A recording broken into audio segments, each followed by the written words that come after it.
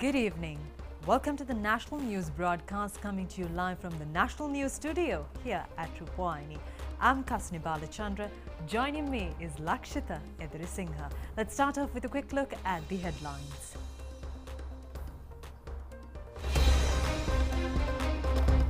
Vote on the 22nd constitutional amendment is tomorrow. President emphasizes that immediate measures are being taken to create economic stability in the country. 10 billion rupees from the Asian Development Bank to extend relief for farmers. A cabinet decision to wind up the operations of Itukama COVID-19 Social Security Fund. The British Prime Minister resigns. Sri Lanka qualifies for the Super 12 round of the T20 World Cup. On to those and other stories in detail. We start off with the top story for tonight. Prime Minister Liz Truss resigns as UK Premier and leader of the Conservative Party. Speaking outside Downing Street, she said she could not deliver the mandate on which she was elected. Okay, we're now going to hear from the Prime Minister, Liz Truss. Liz Truss succeeded Boris Johnson as Prime Minister on September 6th after defeating Rishi Sunak in the Conservative Party leadership contest and meeting the Queen at Balmoral. A new leader is set to be elected next Friday. Truss said she would remain in post until a successor formally takes over as party leader and is appointed Prime Minister by King Charles III. PM Truss will become the shortest-serving PM in British history when she stands down. Tory MPs revolted against Prime Minister Truss after a series of U-turns on her economic plan sapped her of authority. But more instability followed when Suella Braverman quit as Home Secretary and a vote on fracking fell into disarray with some Tory MPs accused of bullying. The Prime Minister sacked close political ally Kwasi Kwarteng as Chancellor and appointed Jeremy Hunt as his successor as she was attempted to calm the markets. In a brief speech outside Downing Street, PM Truss said the Conservative Party had elected her on a mandate to cut taxes and boost economic growth. Labour leaders Sir Keir Starmer and other opposition parties called for an immediate general election following PM Truss's resignation speech. At Prime Minister's questions yesterday, PM Truss insisted she was a fighter, not a quitter, after Labour's leader asked her why she had not resigned. In stories here from home, the debate on the second reading of the 22nd Amendment to the Constitution Bill commenced today. The debate will resume tomorrow and the relevant vote to pass the second reading of the bill will be held in the evening. Opposition leader Sajid Premadasa said that they believe the executive power should be trimmed and pointed out that the 22nd Constitutional Amendment Bill has positives compared to the 20th Amendment.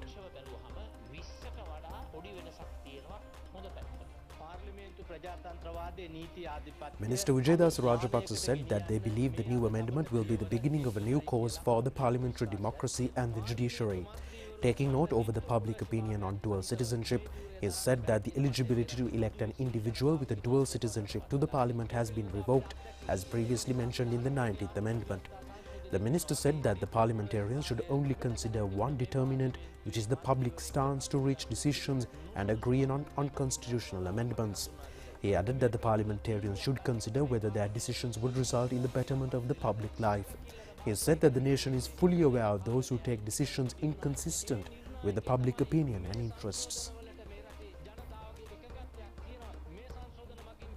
President Ranil Wickremesinghe emphasized that immediate measures are being taken to create an investment-friendly environment in Sri Lanka and to create economic stability.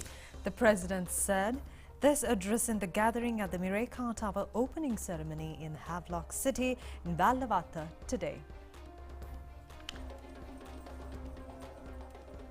President Ranil Wickremesinghe was the chief guest of the opening ceremony. Following the opening ceremony, President Wickremesinghe engaged in an observational tour at the Mireka Tower. President's Chief of Staff Sangala Ratnayaka, Colombo Mayor Rosi Senanayaka and Chairman of Havelock Limited Ajit Jayaratna and its Director Milray Tao were present at this occasion. The President also said that laws that had been introduced under the Greater Colombo Economic Commission will be reenacted to introduce an efficient system, replacing the existing slow process to encourage foreign investment. We have to now seriously look at foreign investment replacing foreign loans as our main source of income. We have to become export-oriented industry, economy, and we have to keep increasing our foreign investments. Now, if we are to keep increasing our foreign investments, we must have outward-looking economy. We can't have inward-looking economy. So now, as the economic stabilization is taking place and the discussions are on between Japan, China, India in regard to the main creditors, in regard to how we restructure the debt, we are also looking at how we can now go back to reviving growth and high growth.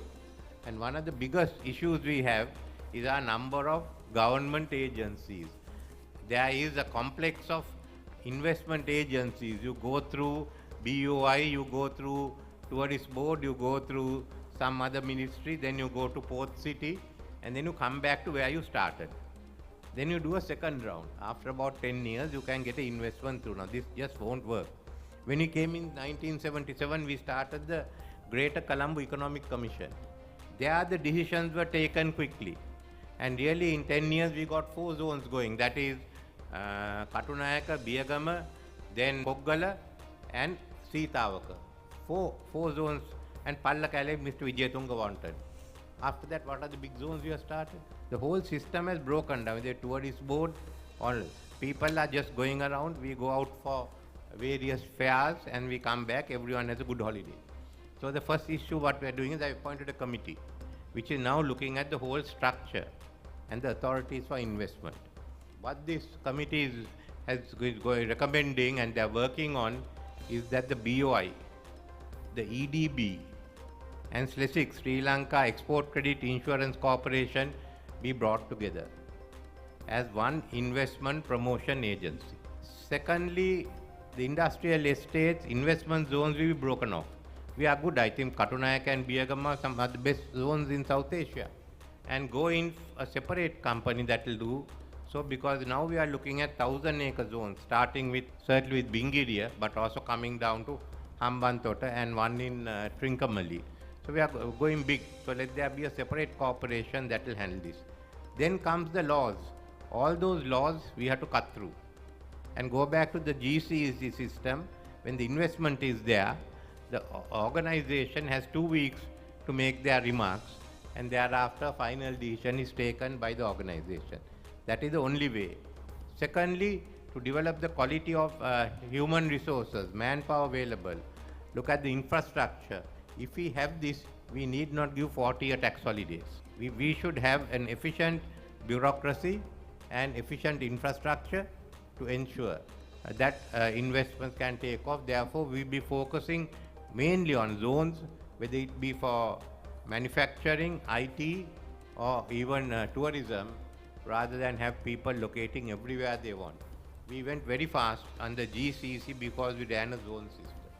So this is the new system we are looking at, how to open up. There will be many laws that will be changed, and some will shout at each step and say that we are betraying the country. So remember that propaganda will go on. But we must have fast growth. We have gone down. It doesn't mean we have to stay down. Sri Lankans can be a football. You hit it, send it down, and then it comes up again. So that's what we have to be, and we have to go all out. We have number of people who are leaving. Okay, we can't stop that. We'll train more people. We have to modernize the education system. So that's what we are working on. While we are looking at the stabilization measures, which we are working with the IMF, certainly we are also looking at modernizing the economy, looking at Industry 4 and how we go ahead. Another area of interest, our focus is going to be agriculture, modernize agriculture. There's so much land available. I thought I'll share with you what we are now working on, because by end of the year we'll be able to announce many of the measures that we're going, and by early next year get the legislation enacted. So there will be far more other measures to be taken, an offshore economy law, but this is all to make Sri Lanka an investor-friendly country And when investors come in, we will certainly have more employment, higher incomes, and certainly we will get off these vicious cycles of foreign borrowings that we have to do. We can't do this a second time. So let's make up our mind. Let us commit ourselves to going forward to promoting more and more foreign investment. And in more stories, Assistant Secretary of State for South and Central Asian Affairs Donald Lu says the US government would continue to assist Sri Lanka with their negotiations with the IMF and the debt restructuring talks. These remarks were made during the discussion that took place last evening at the Presidential Secretariat in Colombo. While appreciating the President's efforts in rebuilding Sri Lanka's economy, he has said that President Ranil Wickremesinghe is the right person to get the country out of the present crisis and assured him that he has a force backing him. He assured to support Sri Lanka during this difficult period. During the discussion, President Wickremesinghe also expressed his appreciation to the US government for their continuous support towards Sri Lanka. The Assistant Secretary further stated that the US government is expected to provide all possible support to Sri Lanka and its people in this difficult period and welcome the President's efforts in regard to reconciliation and strengthening of the democratic institutions. The US Ambassador to Sri Lanka, Julie Chung, and political and economic advisor Susan Walk were also present at this discussion.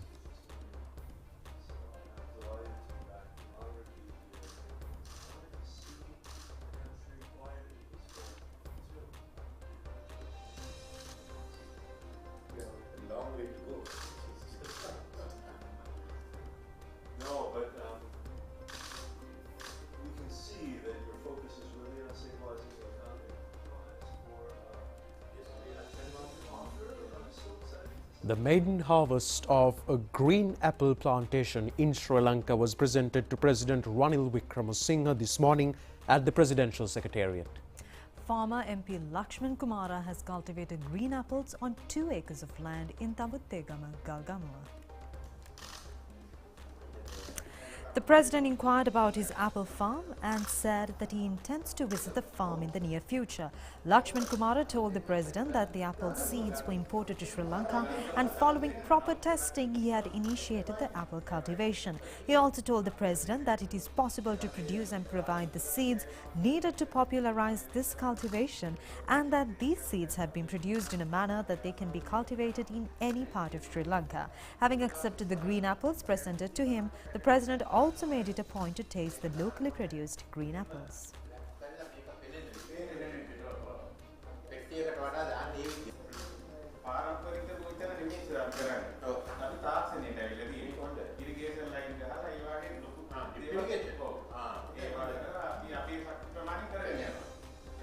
Governor of the Central Bank of Sri Lanka, Dr. Nandalal Veerasinghe, says he has the capacity and the understanding to work closely with the President in implementing the monetary policy of the country and working with the International Monetary Fund. The Central Bank Governor made these remarks during a special discussion with the President's media division. The Governor of the Central Bank, Dr. Nandalal Veerasinghe, said that the Central Bank has a certain degree of independence to function under the Monetary Law Act. He said that the Act has empowered the Central Bank to implement the monetary policy within the framework of the country in an independent manner. He pointed out that the monetary policy has been implemented with a great understanding and knowledge of the President and the Secretary to the Treasury, which is essential for future progress.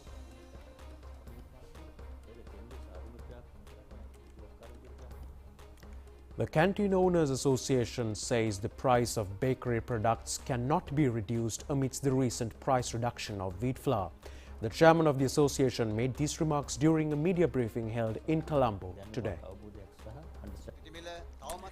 Chairman of the Canteen Owners Association said that the rates of the 2 main importers of wheat flour are still at 330 rupees and 340 rupees, even though the wheat flour rates were reduced. Therefore, he said that a severe crisis has emerged pertaining to wheat flour at present.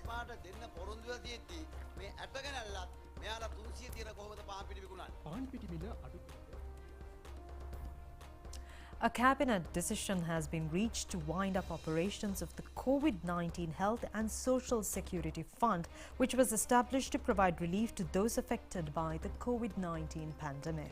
The Secretary of the COVID-19 Health and Social Security Fund, Dr. Tharaka Lianapatirana, notified the public that the COVID-19 Health and Social Security Fund has been closed down effective from the 18th of October. The Secretary of the COVID-19 Health and Social Security Fund requested the public not to donate to the COVID-19 Health and Social Security Fund at the Bank of Ceylon, account number 85737373 from now on. He also notified donors not to send checks or money towards this fund to the Presidential Secretariat. The Secretary of the COVID-19 Health and Social Security Fund extended his appreciation to the donors who contributed to this fund to make this program implemented throughout the country during the COVID-19 pandemic a success. The COVID-19 Health and Social Security Fund had received a total of 2,207,164,785 rupees and 58 cents in donations. Out of this sum, 1,997,569,456 rupees and 56 cents had been used for providing facilities for PCR tests, awareness programs, quarantine activities, national vaccination program, purchase of beds for intensive care units and purchase of medicines. As at October 18th, the sum remaining in the COVID fund was 216,877,431 rupees and 5 cents. This money has been credited to the President's Fund to provide for surgery and medical aid assistance. Asian Development Bank has agreed to extend 10 billion rupees to provide relief for farmers in the upcoming Maha season. Accordingly, farmers are expected to receive fertilizer for their cultivations.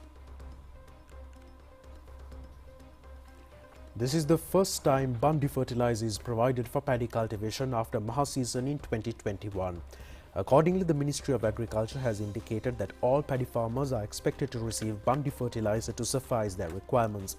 Relevant tenders to import 40,000 metric tons of Bandi fertilizer required for upcoming Maha season have already been awarded.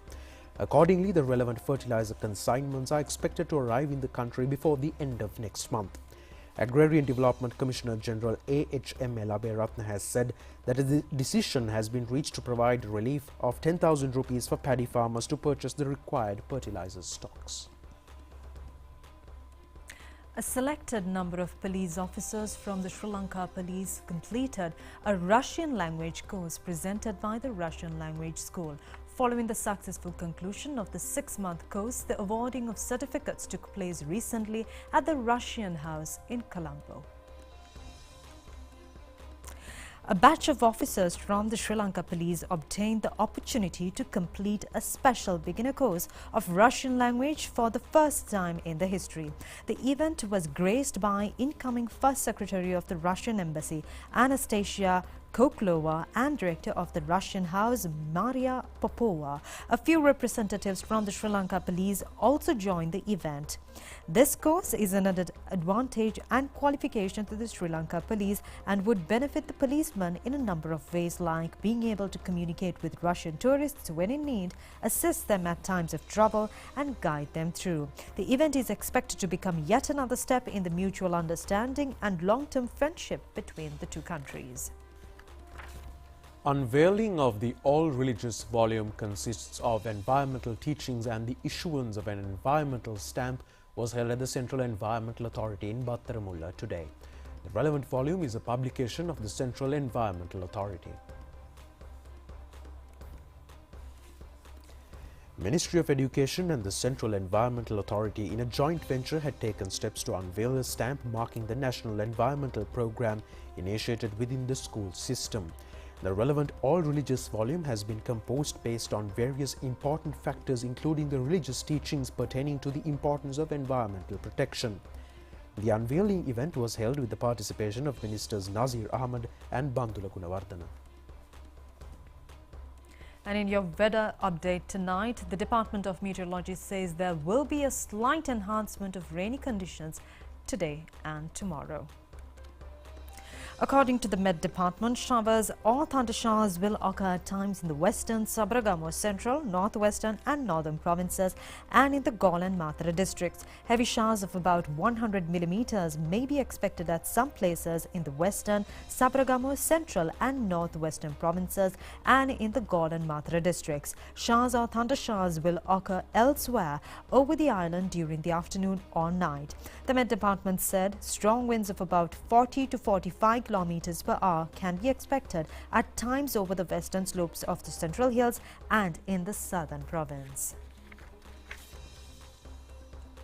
Cremation ceremony of the late chief incumbent of Atamasthania sacred sites, Venerable Dr. Palle Gamasiri Nivasathera, will be held on Saturday at the Mahavihara cremation site in Anuradhapura from 2:30 p.m. onwards. The remains of the late Venerable Palle Gamasiri Nivasathera are being kept at the Assembly Hall of Bomaluwa Vihare in Anuradhapura for the public to pay their last respects.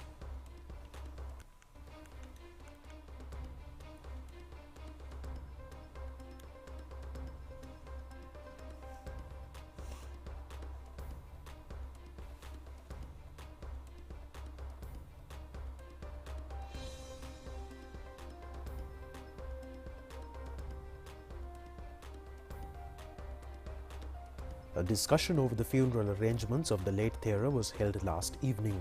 The discussion was held under the patronage of Chief Incumbent of Ruwanveli Mahasaya, Venerable Pallegama Hemarathana Thera. The relevant committee members, including North Central Province Governor Mahipala Herath and Anuradhapura District Secretary A.M.J.K. Jayasundara, were present at this occasion. The National Dengue Eradication Unit has indicated that a total of 63,071 dengue patients have been reported in the country. Director of the unit, Dr. Sudat Samaravira, has said that the most number of patients have been reported from Western Province and Gaul, Canteen, Kegaul, Ratnapura, Putlam and Jaffna districts. A total of 2,700 breeding places have been identified in 60 medical office of health divisions in 11 districts. Therefore, Dr. Sudat Samaravira has requested the public to take necessary precautions to reduce and prevent mosquito breeding places in surrounding areas. With that, we take you to a few more local stories in brief.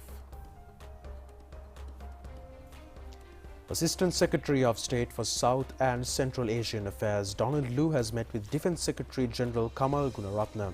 The meeting was held at the Defence Headquarters in Sri Jayawardhanapura yesterday.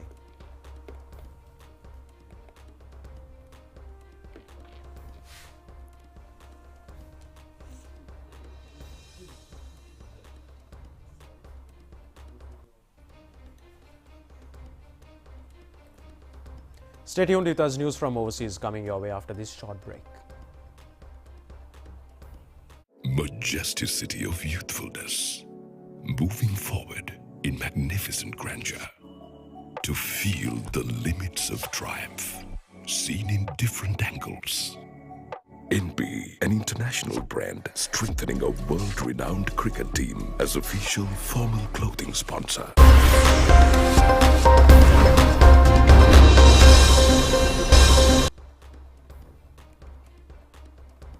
Welcome back as we take a look at news from overseas.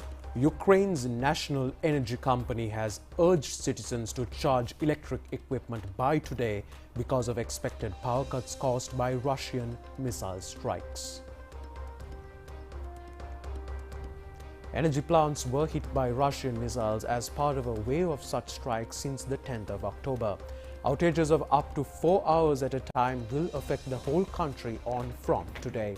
It comes as Russia declares martial law in areas of Ukraine it has annexed.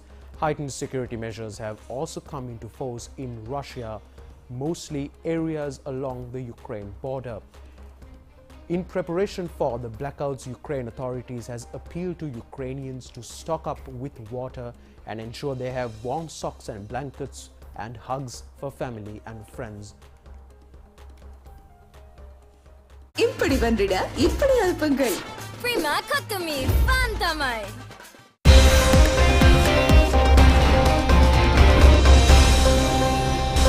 And in your sports news tonight, Sri Lanka managed to qualify for the Group 1 of the Super 12 round of the T20 World Cup today. Sri Lanka gained its qualification after defeating Netherlands by 16 runs. The match was held in Geelong, Australia. This match was a must-win for Sri Lanka to qualify for the Super 12 round of the World Cup series. Winning the toss, Sri Lanka opted to bat first. Sri Lankan innings was opened by Kusal Mendis and Pathum Nissanka. Kusal Mendis scored the 9th half-century in his T20 career, showcasing a brilliant batting performance. He scored 79 runs in 44 deliveries with 5 sixes. Charita Salanka scored 31 runs. Bas de Leader and Paul Van picked up 2 wickets each for the Dutch.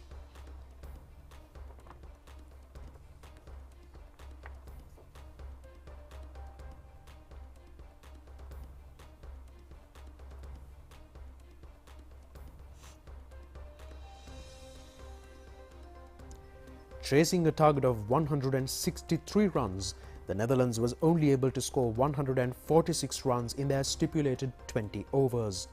Max Dowd scored 71 runs. Wanindu Hasaranga picked up 3 wickets and Mahesh Deekshana picked up 2 wickets for Sri Lanka. Kusal Mendis was named man of the match.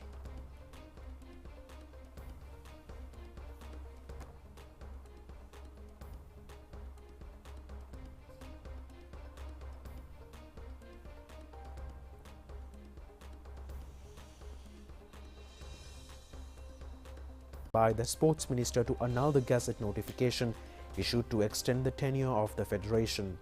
The hearing was taken up before Appeal Court Judge Panel Justices Sobhita Rajakaruna and Dhammika Ganepola. Director General of Sports Amal Edrisuriya and Additional Secretary to the Minister of Sports Prasanna Samdit also appeared before the courts. The Additional Solicitor General informed that measures will be taken to appoint an election committee within 14 days from today. He said that as per the undertaking of the Director General of Sports, measures will be taken to hold the election within 69 days from today. He informed that the members of the election committee will not be eligible to contest in the elections, to which the petitioners agreed. இப்படி வந்திட இப்படி அல்பங்கள்